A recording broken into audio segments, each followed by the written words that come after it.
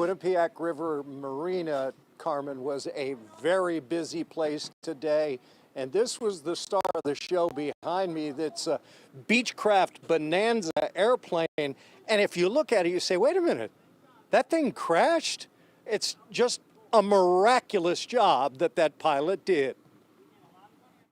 The pilot of this Beechcraft Bonanza was amazingly calm when he realized he wasn't going to make it to Tweed New Haven Airport for an emergency landing. Not going to make the field, not going to make the field.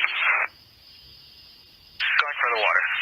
In the water meant the Quinnipiac River, and his surveillance video shows at the top of your screen how he skimmed across the river. Not the way that you want to have your flight end, but it was the best outcome given the circumstances that he faced up in the air, you know, so very stressful for both of them. Sources say the pilot told his wife to keep a close eye on the Grand Avenue Bridge, which they were rapidly approaching from the south. And right after they just cleared the bridge, he put the plane on the river, just above some oyster beds.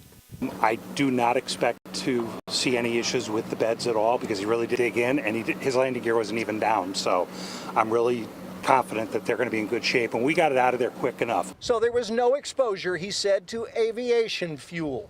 And even though where the plane landed was on the edge of the channel on a sandbar where the water was only a couple of feet deep, the tide was rising quickly. Well, that's why we had to get airbags under, because our concern was you landed right on the edge of the channel, and we were afraid the plane was going to slip down into the deeper water, and then we'd lose control of the fuel. Bruno's Garage of West Haven, which normally does recovery work of heavy vehicles from crash scenes along highways, was called in for this different heavy lift. So we strapped it exactly where they wanted it. We lifted it. We allowed the water to drain. We made sure no fuel was coming out of it. We continued to lift it in stages. It was really a meticulous process done by Robert Bruno and his team. They did a great job, and they said they were guided by the FAA because they know how to do these things as to where to put the straps and such.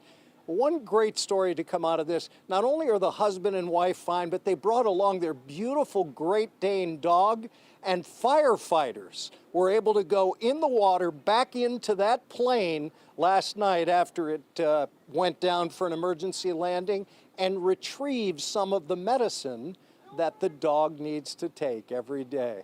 We love it when Poochies are happy and healthy. We're live here in New Haven. Tony Terzi, Fox 61 News.